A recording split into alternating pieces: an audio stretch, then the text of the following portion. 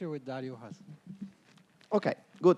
So welcome everybody. So now we switch gears. So we move from geometry and GR to quantum. So the idea is to use these 4 lectures to introduce a little bit what is quantum computing, why it's good, or why it will be good, and what we can do with quantum computing. So let's start a little bit by the way, there is so to say, some lecture notes, which are actually the personal notes, so they are handwritten, and I'm going to, let's say, upload in the website today, so you can see and use them at your own risk. And then the second thing is that there is probably already online a problem set, right? Okay, so there will be a problem set in the next probably hour or so. So I encourage everybody to check the problems there. So today we will talk a little bit about the framework mostly, and then in the next days we will go more into the details. So what is, let's say, the main idea of the entire quantum computing business? The main idea is, can we use quantum mechanics to do some computation? So in other words, can we take some computational task and use quantum mechanics principle and quantum mechanical systems in order to solve this computational task that we are facing? Now, do we know why we should think even about this framework? Anybody knows about why people care about handling computational tasks with quantum mechanics? We have a...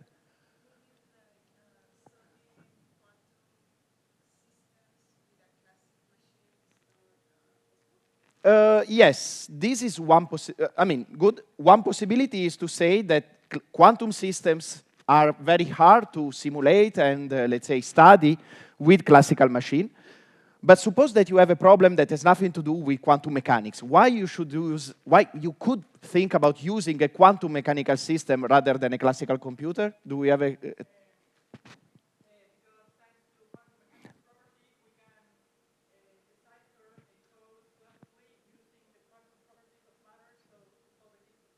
Okay, I think we are going to the point. Let's say the keyword here, so let's say why.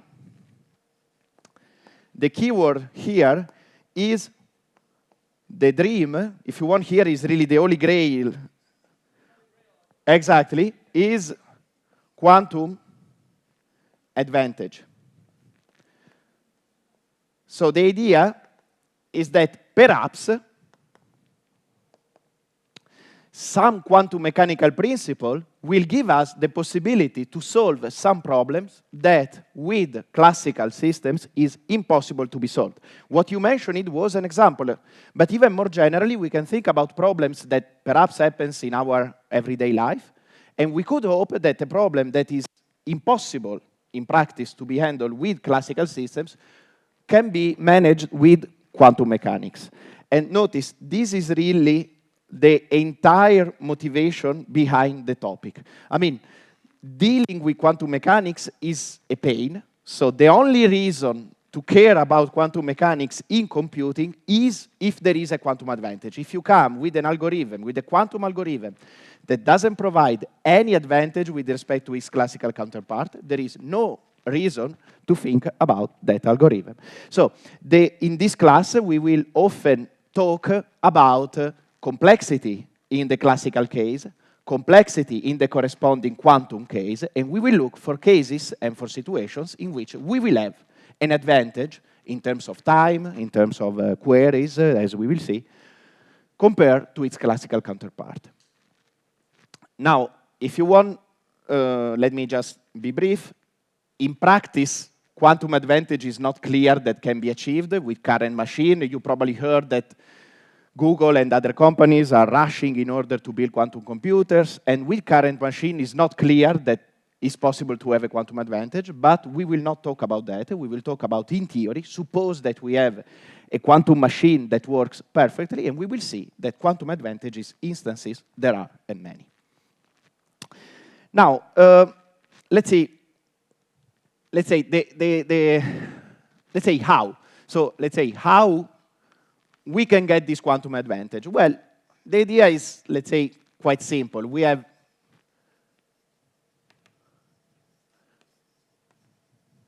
classical physics, and we know that by using classical physics, we have, let's say, the bit of information that can take two values, 0 and 1, right? And we can, let's say, build, let's say, classical algorithms.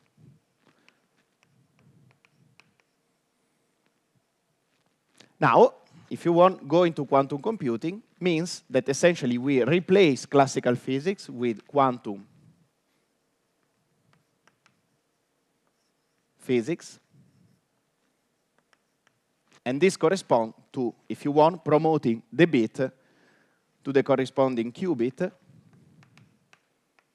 which is essentially the same thing, but at the quantum level. So we replace 0 and 1 with a two-level system. We will see this in a bit more details in a moment, but we replace the bit with the qubit, so with the two-level system, and we will see what we can do. So we will build classical algorithms.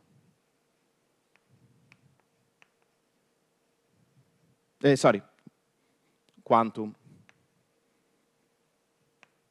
algorithms. And as I said, we will see for possibilities to improve the complexity by means of quantum properties. Now, more in detail, what we are going to do today is a very starting point. So we will do a little bit of refresh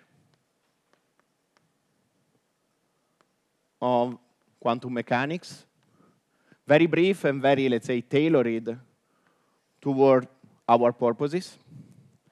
Then we will talk a little bit about the circuit model, which is, if you want, the model that we use in order to talk about algorithms. And finally, for today, we will talk a little bit about entanglement and its magic. Because we will see that entanglement is, in a sense, the main source of advantage, and so we will do some game with entanglement. And in particular, we will talk about teleportation,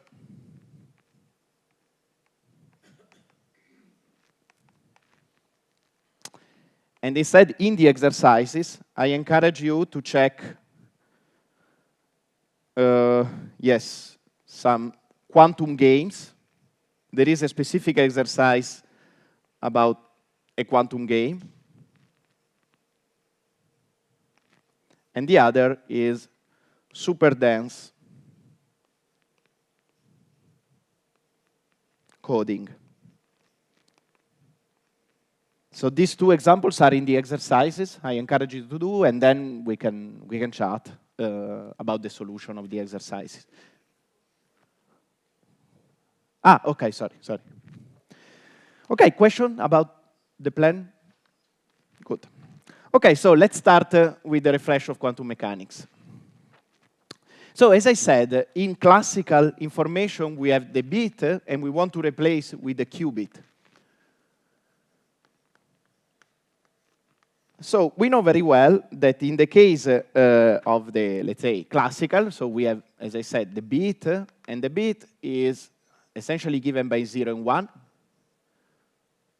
Now we replace it with, and I mean, we can, of course, take, let's say, 0, 1 to the n. So suppose that we have n bits, we can encode the information in the n bits, and so we will have, for example, 0, 0, 0. Then we have, for example, suppose that n is equal to 3. The possible states are 0, 0, 0, 0, 0, 1, and so on and so forth, right? 0, 1, 0. So we have 8 possible states to the n. And so this is, let's say, the classical. Now, the qubit says us that we replace the bit with the qubit, which, as I said, is, as we studied, a two-level system. So once again, we have our two cats, 0 and 1. But now, what is, okay, if you want, what is one of the main quantumness that you can think once you have a qubit? So once you have a two-level system, what is the general state?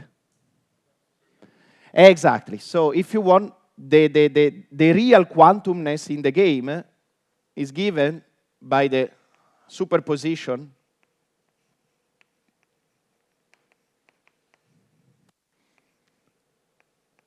principle,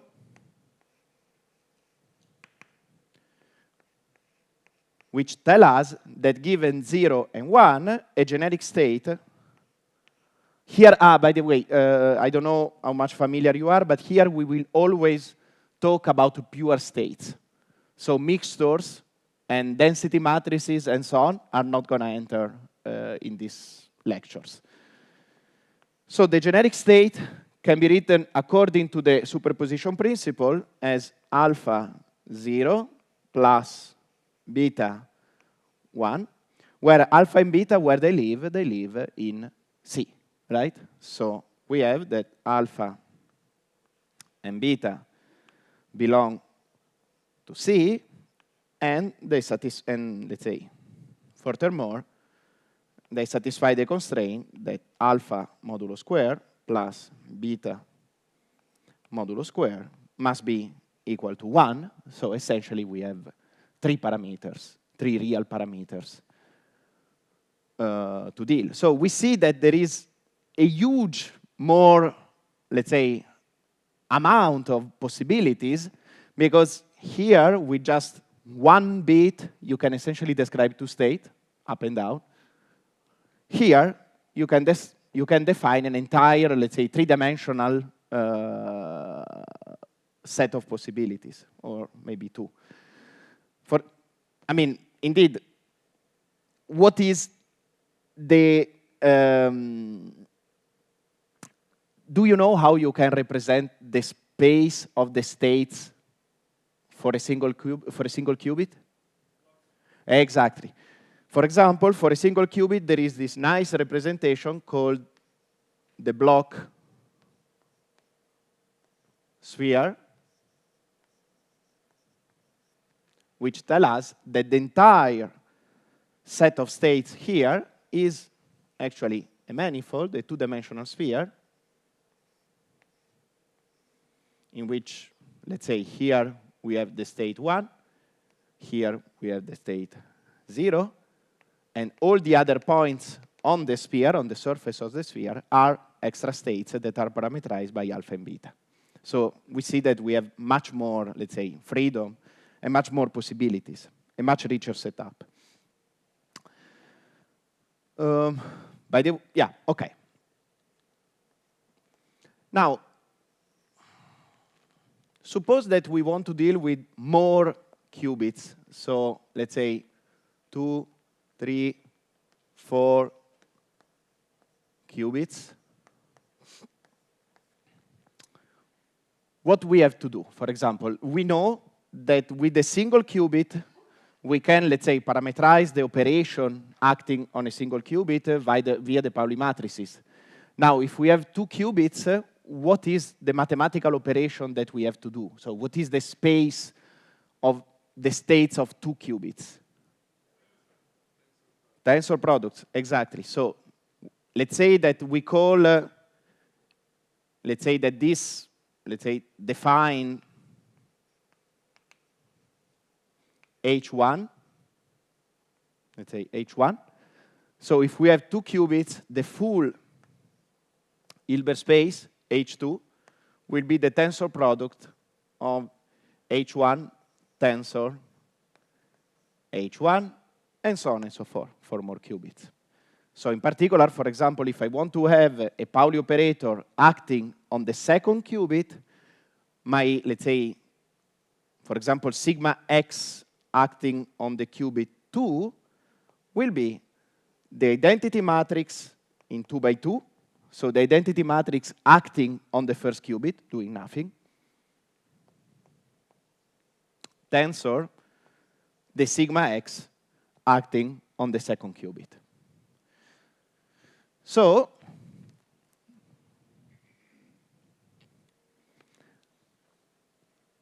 in correspondence, we get a description that, for example, if we deal with 2 qubits, the possible classical states, if you want,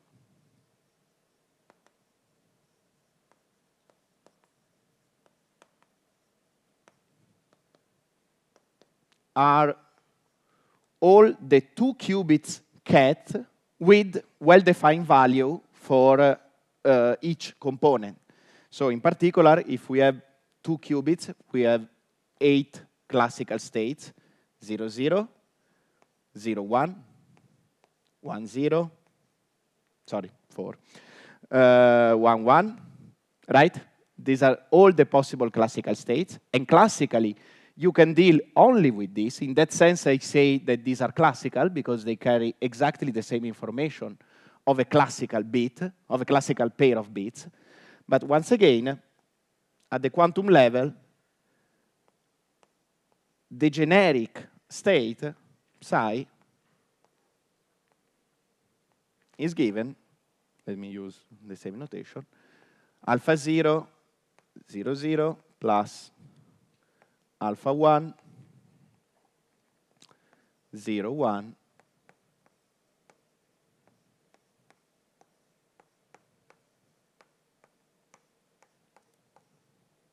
right?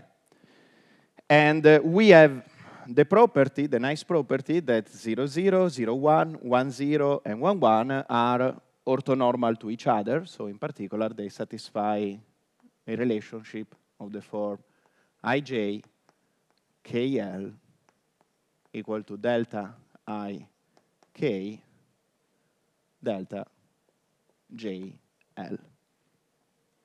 So they are orthonormal. And here I have my 4 coefficients, all of them living in C, and they satisfy, once again, the relationship, if you want, alpha I summation over I modulo square is equal to 1. So if you want a quantum state, our state psi can be represented as a vector of 2 to the n components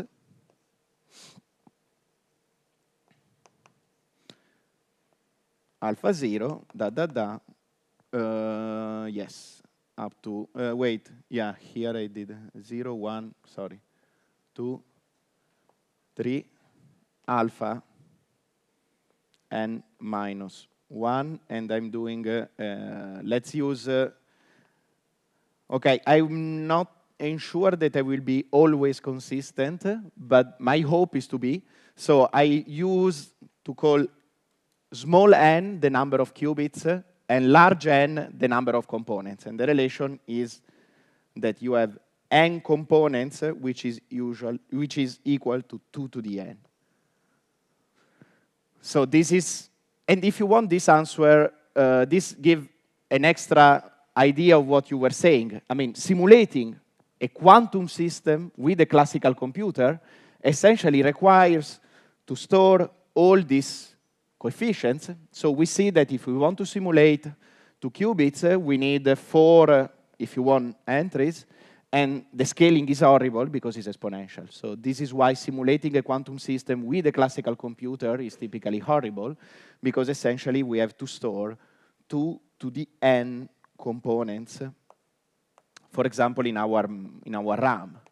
So this is why simulating many-body systems is so complicated because we have to store so many informations.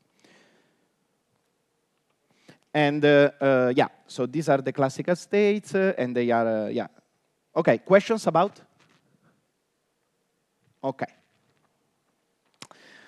So this is essentially end up what I wanted to say about states. Now let's see what we can do. So essentially now the next point is, my gosh, this is horrible.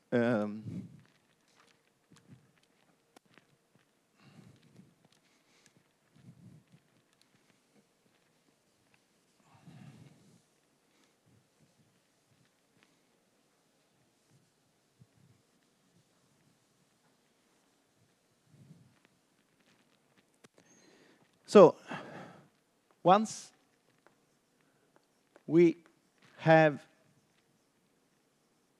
a qubit, or let's say a set of, well, let's say a state, what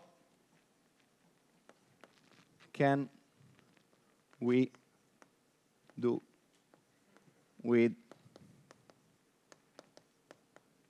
So once we have a state, what can we do with it? Well, essentially there are two things that we can do. One is measure it.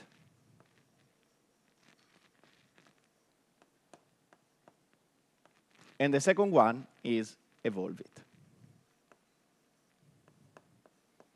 And we are going to refresh what these two operations are and what they do. So let's start with measurements. So suppose that we have a state and we want to measure it.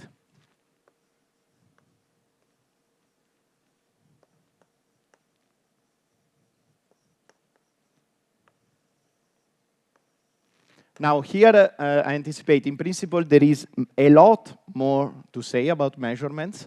Here we will restrict to the simplest possible, let's say, kind of measurements that we can think, which are the so-called measurements in the computational basis that we are going to review.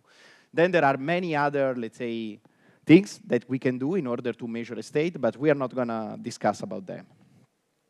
So suppose that we have a state of the form psi equal to alpha 0. Yeah, here I'm using, okay, so alpha 0, 0, 0, plus alpha n minus 1, wait, 0, and this is n small n times, right? And here we have 1, n times. And so we are in a superposition. Now, if we measure the state, what do we see? Collapses, exactly. So if you want measurements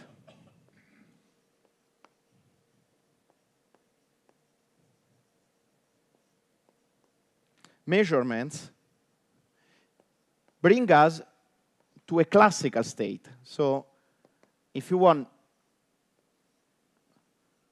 by doing a measurement, in a sense, we destroy all the quantumness in that state. We end up with one of the possible classical, if you want, classical components of the state. So it is very important to make measurements, if you want, in the right spot, because if we make an effort to build some quantumness and then we accidentally or in the wrong place we make a measurement, we destroy the quantumness. Now, which classical state? We will see. We don't know, right? It's a probabilistic thing. But we know that, for example, the probability of seeing after the measurement 0, 0, it's given by alpha 0 modulo square, and so on. So the probability to see the classical state I, it's equal to alpha I modulo square. And so if you want, here we see why we needed to put the constraint alpha I modulo square sum over I equal to 1. because otherwise, I mean, the probability to measure something must be 1. So this is the reason why the sum of all the modulo square must be equal to 1. Now, this is a fairly, let's say, trivial concept, but if you want, in a sense, we can say that the entire magic of quantum computing, or if you want, the entire possibility to take quantum advantage is exactly in this thing. Because in principle, you could say, well, maybe since at the very end, after a measurement, I end up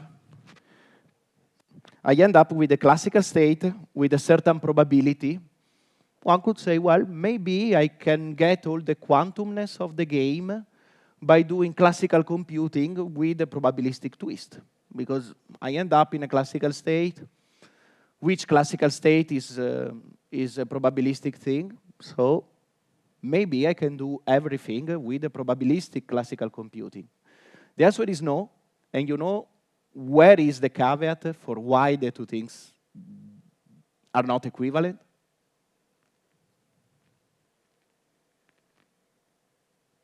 Okay, so if you want, the entire caveat is that alpha I modulo square is a probability. But alpha I, which is the actual quantity entering in the description of the state, is not a probability.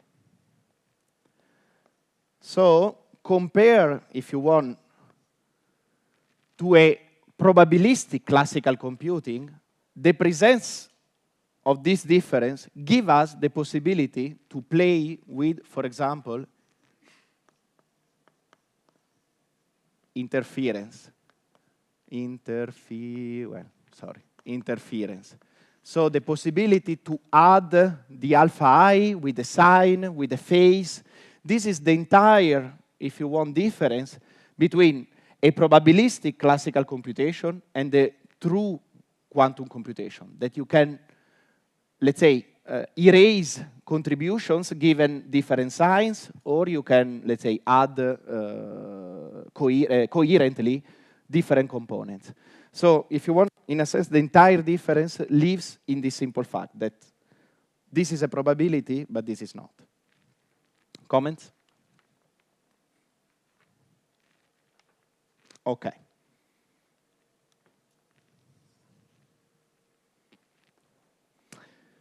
Now, so essentially this is everything about measurements. So we say, okay, we prepare a state, we ended up with a state, we measure, we end up fine, okay. With a certain probability, we get an answer that is a classical state.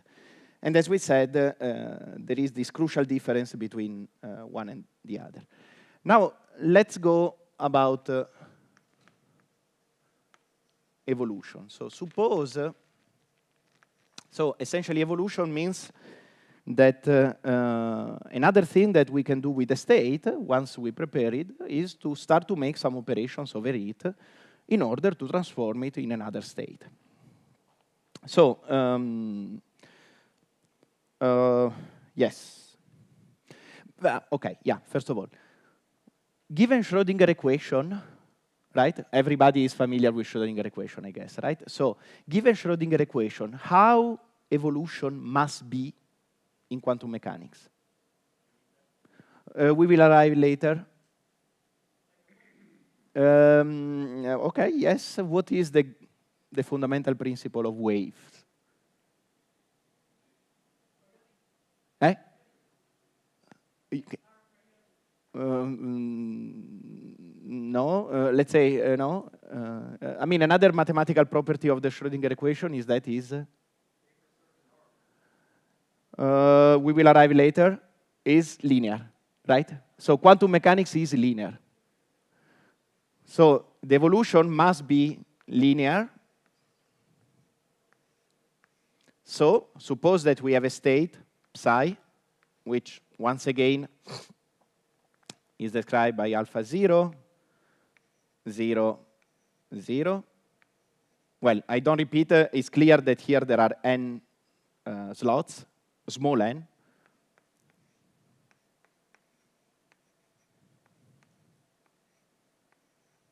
Sorry. So this is this, and we do a certain evolution, and we end up with psi prime that now is parameterized by, let's say, beta 0,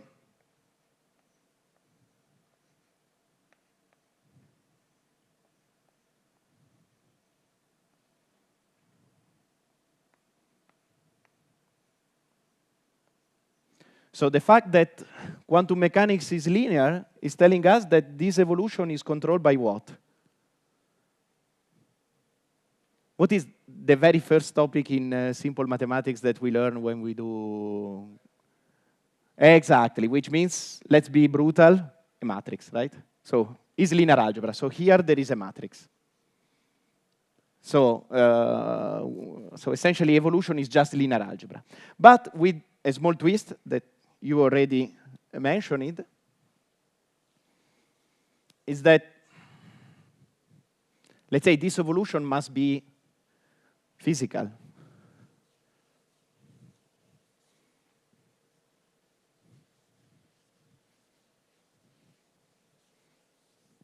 So, in order to be physical, we started with a state that was satisfying that the summation over I of alpha I modulo square was equal to 1.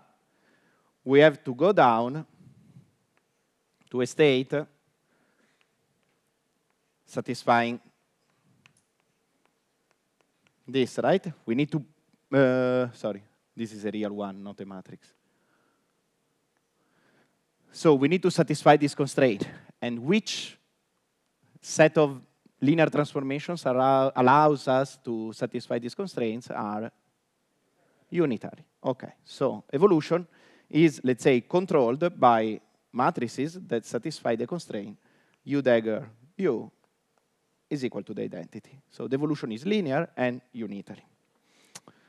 Good. Okay, so this essentially is everything we need about quantum mechanics. So really the basics.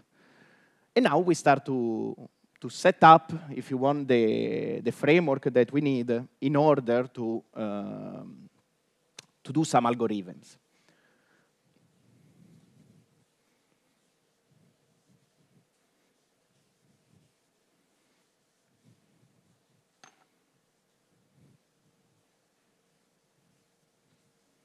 Okay, so the next step, if there are no complaints,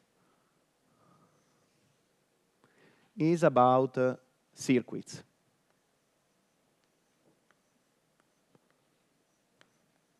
So this is a very convenient, if you want, so circuits, if you want, and gates. This is, if you want, a very convenient, I don't know, representation of a quantum algorithm. So the entire idea is to represent transformations, allow unitary transformations on a given quantum state in order to obtain a state that solves our computational problem. So the circuits, if you want, are the way to parameterize evolution. So they represent our unitary matrices, evolution. And the gates are, let's say, basic. We will not specify too much basic unitaries. We will not specify too much what do we mean by basic unitaries. There are beautiful theorems about universal sets, so you can, let's say, develop theorems about what are the fundamental unitaries that allow you to reconstruct, at least, let's say, with good approximation, all the possible unitaries and so on. We are not gonna, let's say, be very specific about that. Let's say that in each problem we will, let's say, we will define now a set of reasonable enough gates, and we will say that these are our fundamental gates.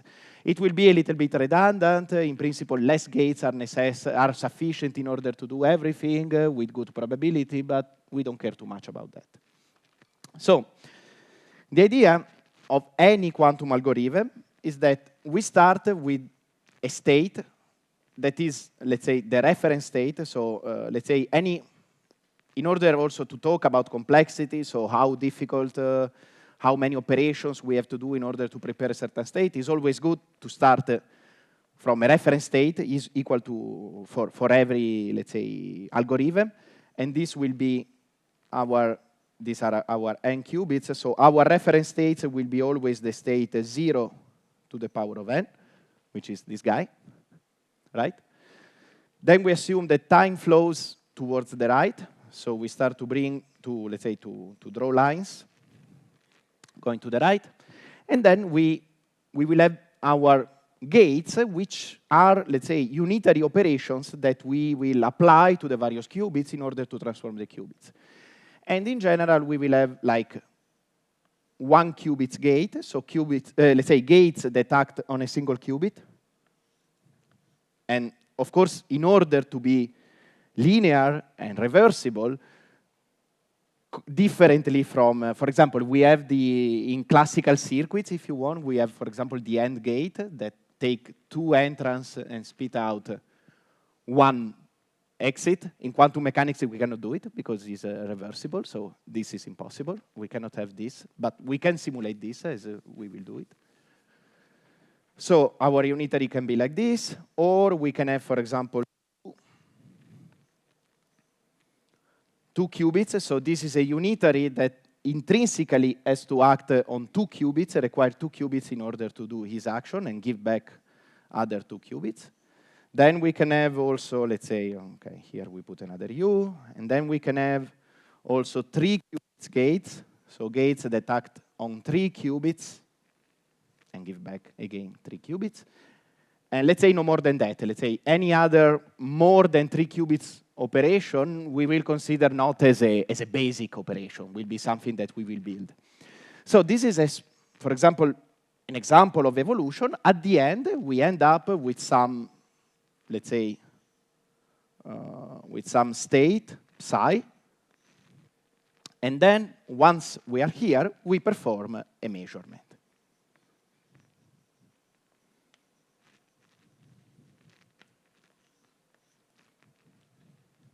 On some qubit, on all of them, and depend. And as I said, we will, let's say, now our purpose now is to describe, let's say, what are the main gates. As I said, not by chance, I decided to use 1, 2, and 3 qubits because we will restrict to these 3 possibilities. So we will have 1 qubit gates, 2 qubit gates, and 3 qubit gates. So let's see if you already know some of this. Do you know some 1 qubit gate? The NOT gate, for example, that in our language we will call it X, which is just the Pauli X. And another very, let's say, essentially super important gate will be the so-called Hadamard that we are going to introduce in a second. And we can also think about Z. So the Pauli Z matrix is an example of 1 qubit gate, right? Then what about 2 qubit gates? Repeat.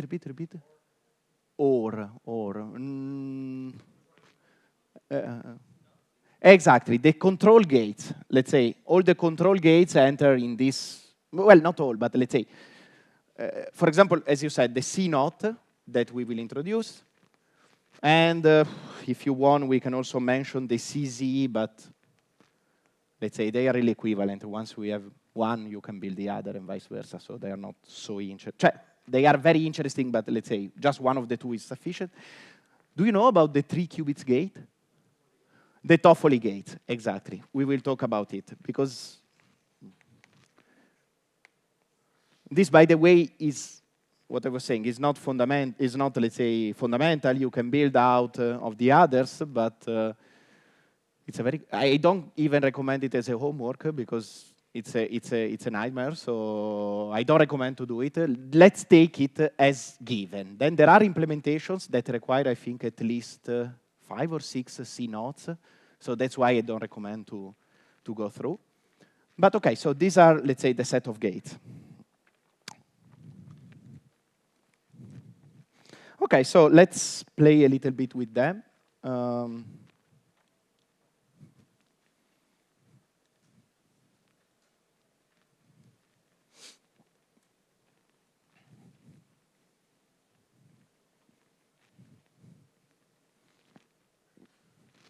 Okay, so somebody mentioned it already, the X gate. So what the X gate is doing for us? Somebody correctly was calling it the NOT gate, so it's clear what it. By the way, this guy mathematically acting on a single qubit. So the qubit is what? We said is a vector, is a two-dimensional vector, right? So this guy is what? Is a 2x2 matrix. So let's say we should study the action of this guy as a matrix acting on the most general two vectors and so on. But there is a property that is linearity. So linearity is telling us what? Correct. So essentially what we have to do is to say what X is doing on 0 and what X is doing on 1. And after that, we know everything about this guy, because all the rest is built by linearity. So now we can go here. What is doing over 0 is doing 1. And what is doing over 1 is doing 0. So this is the NOT gate, if you want, because exchange the state of the qubit from 1 to 0 and the other way around. Now, a more, let's say, fashion way to write it that we will use, so that's why I'm XA equal to, let's say, 1. Let me use it. It's not necessary, but let me use it. 1 O plus, what is this name?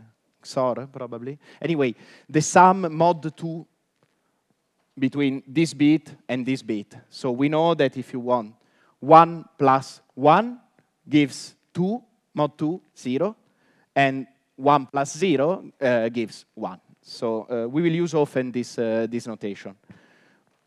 So this is the action.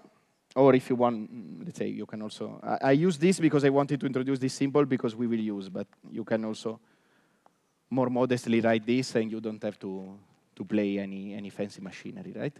1 minus A is as good as before. We will represent it in this way. And as a matrix, our X is simply 0, 1, 1, 0, which is our beloved Pauli X.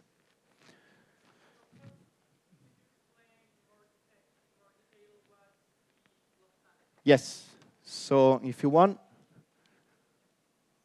in general, A plus B refer to bits, and it is A plus B mod 2. So that means that every time you find the 2, become a 0. So 1 plus 1 becomes 0, and 0 plus 1 becomes 1, 0 plus 0 remains 0. So writing this, you agree that this and this are exactly the same thing, right? Okay. Now, again, triviality, but let's do it just to practice. The Z gate is simply doing this thing. Again, we can define it on basis. So Z0 is equal to 0, and Z1 is equal to minus 1. If you want, okay, minus 1. So this is our Pauli Z matrix, and we can represent it in this way. And this matrix representation is 1 minus 1, 0, 0. Now, probably the most important one qubit gate is the Hadamard gate that we typically represent with an H. And this is defined in the following way. H acting on 0 is giving us 1 over square root of 2 of 0 plus 1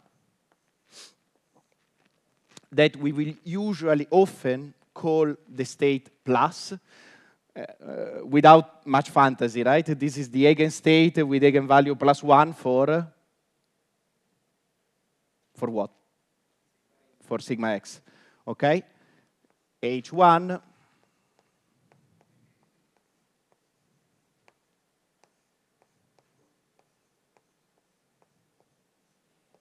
which again, without much creativity,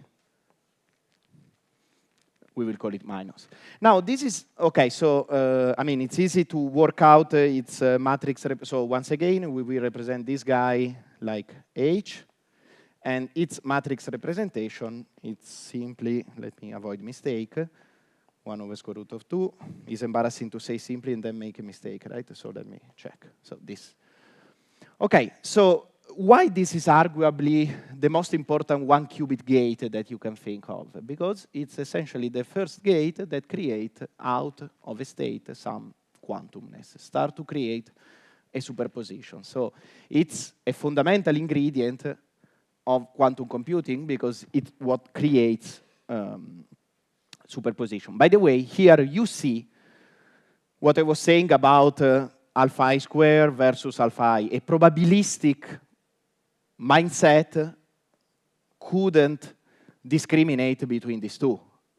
Plus 1 and minus 1, once you square, they always give 1. So if you want here, you start to see the quantumness of the game.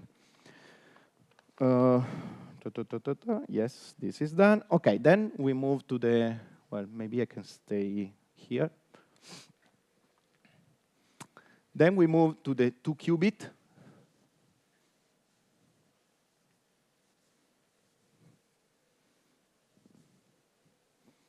Well, this I can also erase, I think.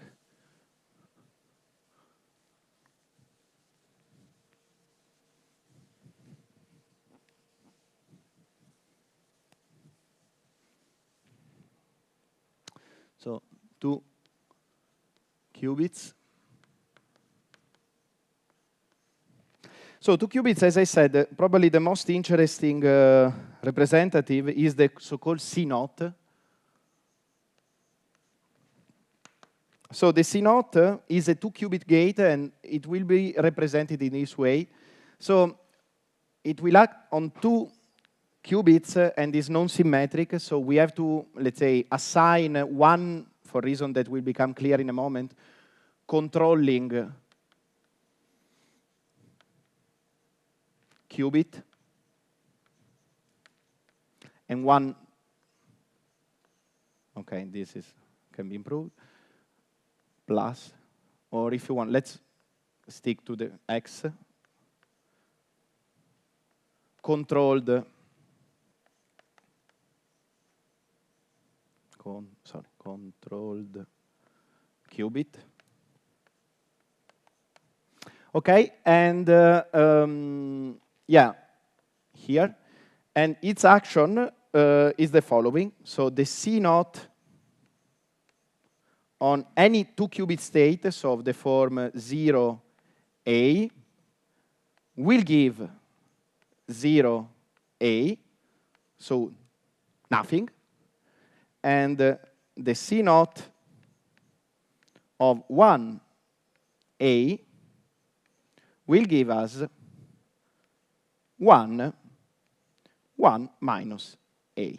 So we see that what this guy is doing is acting on the second qubit with the X only if the first qubit is 1, sorry. So if it is 0, does nothing. If it is 1, apply the gate.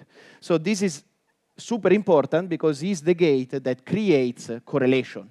Because if you want the state after the gate, the state of the second qubit is determined by the state of the first qubit. So it's what creates correlation.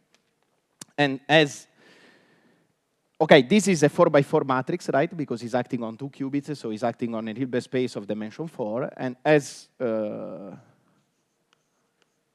matrix, this takes the form 1, 1. And here, you put. More generally, suppose that you have a certain 1 qubit unitary U, which is, let's say, defined by a 2x2 matrix. Any control version of U, CU, if you want, will be a 4x4 matrix,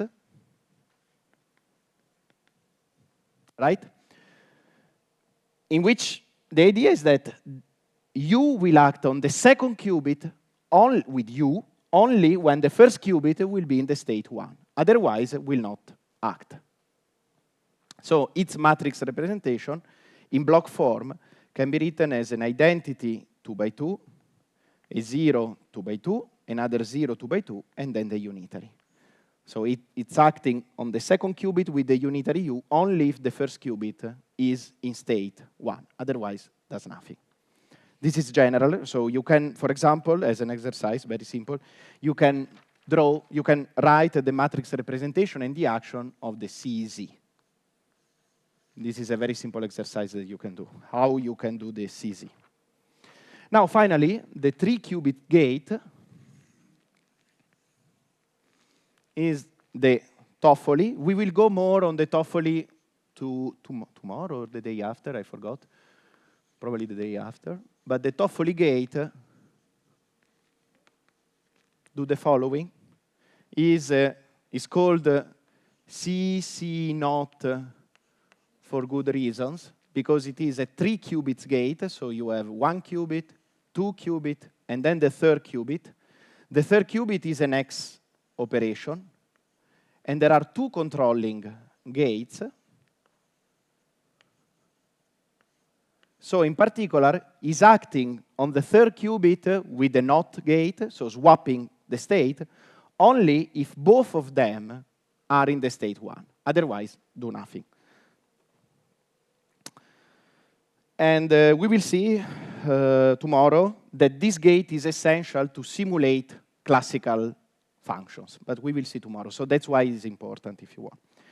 Now, last part, and then, as I promised, a little bit of fun. Let's talk about the last, let's say, important ingredient in quantum mechanics and in quantum computing, which is entanglement, right? This is something that we heard every time, most of the time without any meaning, at least in popular news media and so on. But entanglement is really the resource that allows quantum advantage. So if you want, we can say that entanglement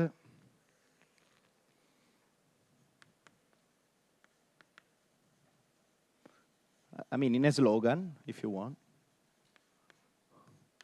is superposition, right?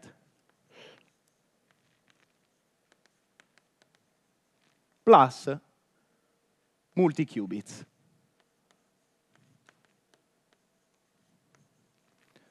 So let's superposition plus multi-qubits. So we use the superposition principle applied to multiple qubit states rather than a single qubit. More formally, we can say that if we have a system that can be, let's say, bipartite, so we can say that our system is made by 2 subsystems, A and B, we will say that a full state acting on the full system, psi, is entangled if it cannot be written as psi A, so a state living only on the first system, tensor, a state living only in the second system.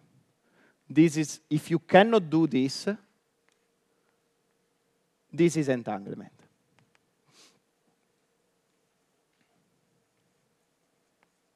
Example, you can show that the famous EPR, the Bell pair, yeah? 1 over square root of 2, 0, 0, plus 1, 1, it's entangled. It cannot be written as something living here, so you cannot write it as psi A tensor psi B. It is impossible. On the other hand, pay attention because it can be a false friend. For example, this state, 1 over, probably 1 over 2, right? Well, I didn't write, but OK. 1 over 2, yeah, probably yes. 0, 0, plus 1, 1, plus 1, 0, plus 0, 1 is not entangled. Although it is written in a way that one could say, oh, it's even more entangled because there are more sums, it's not. And this is easy to see because this is simply 1 over square root of 2, 0, plus 1, tensor, 0, plus 1. So actually, this is absolutely not entangled. It's a product state. Can be written as a product state. So yeah, entanglement can be a false friend. Sometimes you get misled by that. OK, last 15 minutes. So let's do our first application of, if you want, entanglement for some purpose. And this is, let's go there such that we use the entire blackboard. This is going to be our quantum teleportation example. As I said, then you will find 2 exercises. I mean, you will find more, but 2 exercises that explore other 2 applications. Dario, I don't remember when you start. Make sure to leave time for the questions as well. Yeah, I started, I think I have to finish at, no, right. Oh, I have to finish now, OK. OK. OK, so teleportation.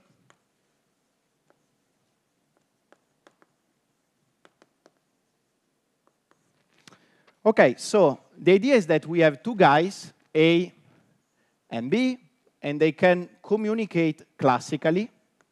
So they can exchange bits. And the idea is that A has a qubit, psi, that is in the state alpha 0 plus beta 1. And she, because it's Alice and B is Bob, she wants to send her qubit to Bob.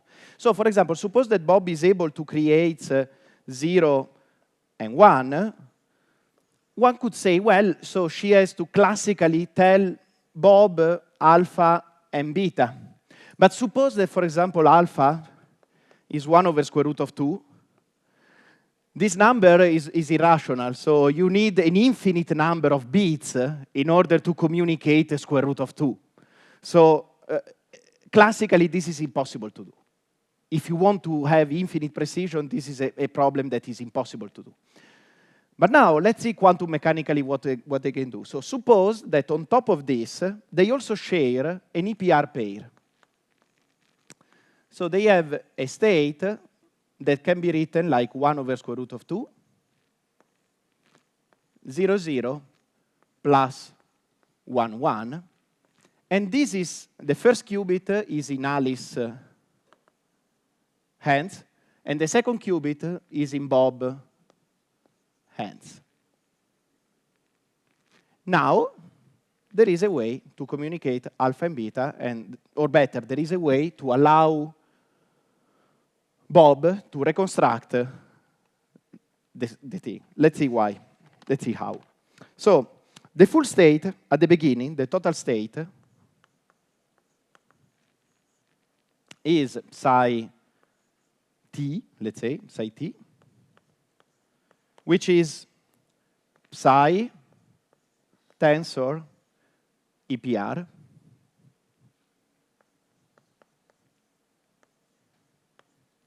which can be written in full generality like alpha 0 plus beta 1 tensor 1 over square root of 2 0 0 plus 1 1.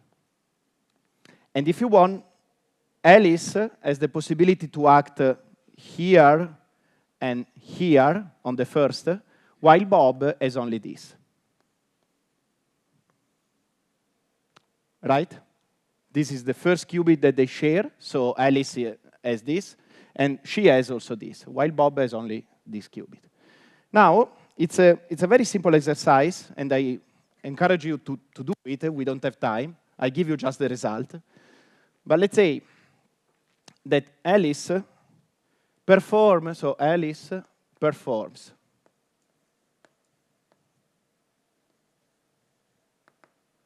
first, she performs a C naught on her 2 qubits. So she used this guy as the controlling, and this guy as the controlled, and she performed the C naught. Then,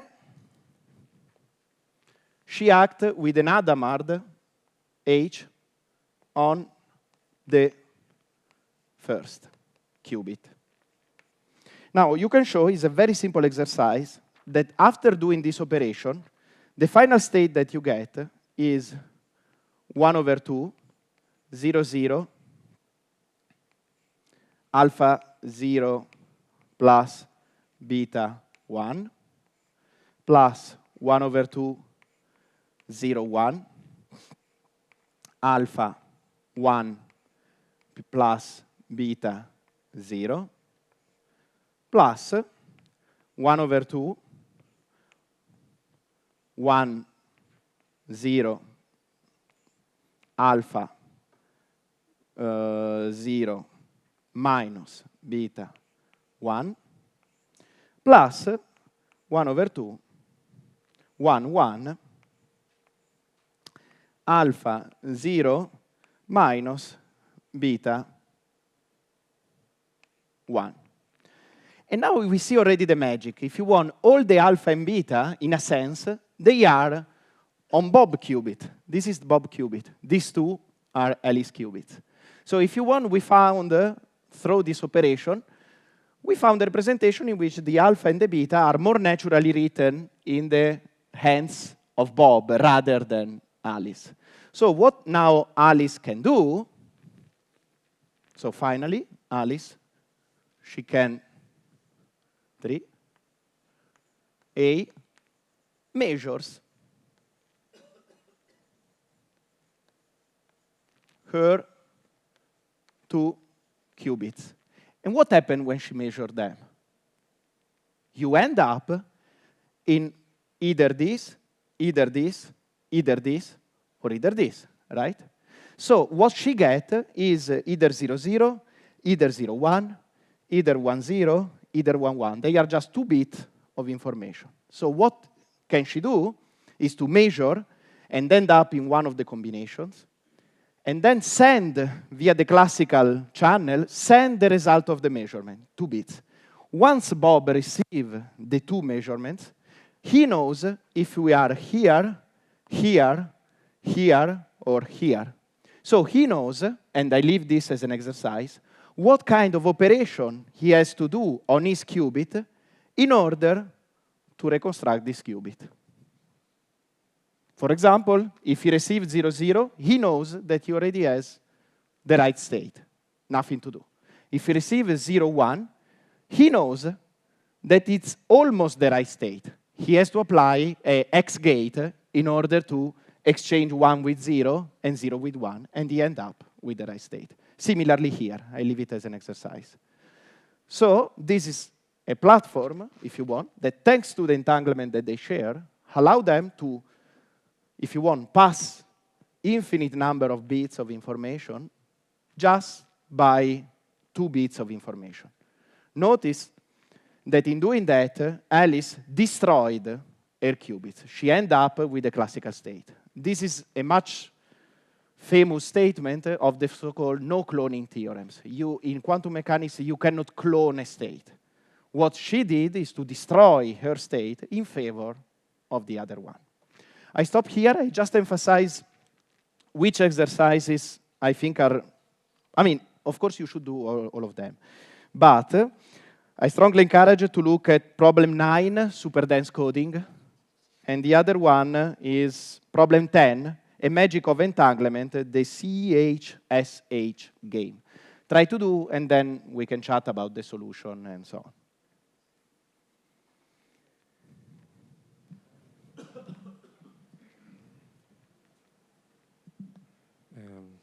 Hi, I wanted to ask if there is any advantage to work only with an even number of qubits, because I think that when you work with a state of 3 qubits, you have a high dimension sphere. So. No, 3 qubits. Right. Here we are working with 3 qubits if you want, right? So I guess maybe you are confused between, let's say, n and n. So n and n is equal to the n. So it's true that if you want, the number of classical states is even, but the number of qubits, that is this guy, can be odd or even. And here we are working with 3 qubits. And the final question is that if we can talk about a quantum circuit always as a change of phases, or it's a unitary, so yes. But good luck to figure out from the very beginning what is the smart change of basis. So yes, at the very end, it's. If you want, in quantum computing, everything is unitary or everything is a change of basis up to measurement. So you have to recognize the right moment and the right change of basis in order to do the measurement. Thanks. I think my question is a little bit similar. And you use kind of like spin up or spin down, they represent that. But what if you use something that has 3, like he said? You mean a Q-treat? So yes. Something that is a 3-level system. Well, you can probably do it. I would say that already building a quantum computer with 2 states is a mess. So let's say it's even less friendly. So if you go in a lab and you say, I have an algorithms that use Q-treat. I mean, already with qubits, the lab is not so happy, but with Q-treat even more. So maybe that is, I think you can in principle do, and I saw a few papers, for example, talking about some algorithms working on qubits. So, but I would say that qubits are more than enough, and they are already challenging enough that, yeah, I don't recommend to go there. Any other questions?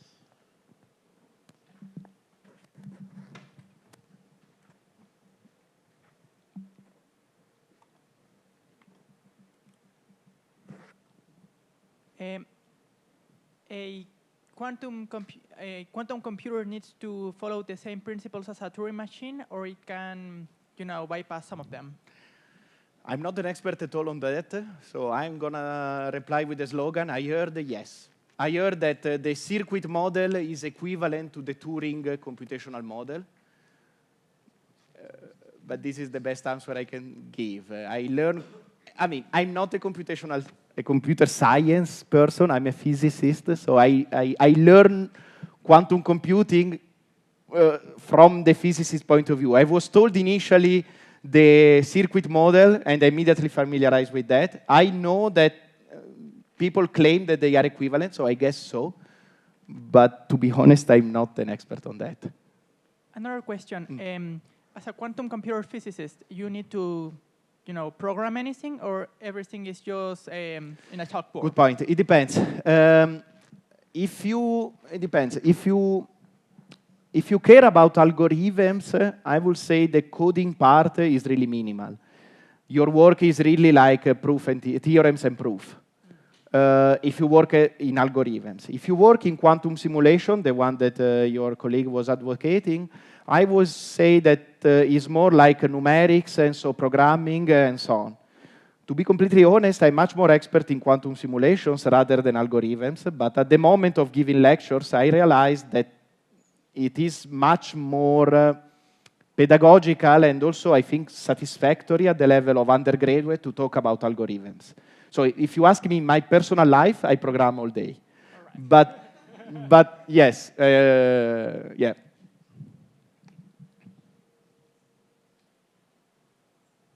More questions?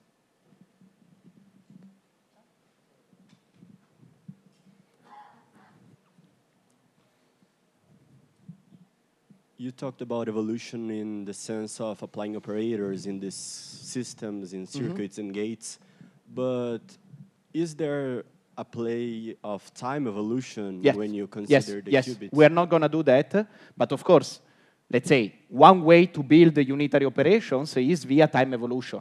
So you can ask, and actually, again, it's more in the quantum simulator business, I would say, in some sense. You can ask how to simulate with simple gates a Hamiltonian time evolution. That is an entire arena of quantum computing. We are not going to covering it, but yes, absolutely. So there are like Suzuki-Trotter algorithms, so how to simulate or how to implement the time evolution under a certain Hamiltonian via unitary circuits like that. So absolutely yes.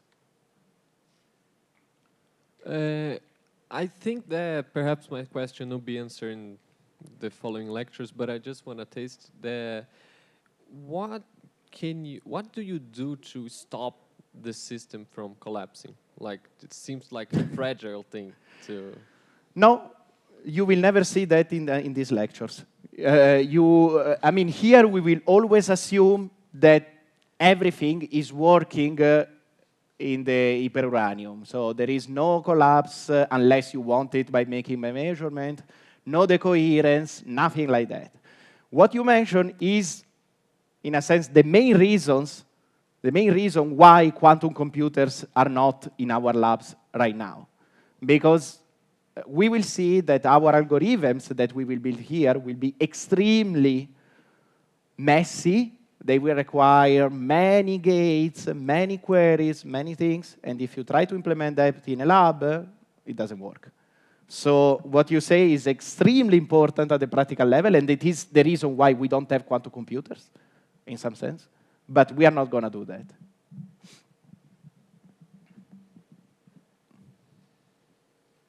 Any other questions before lunch?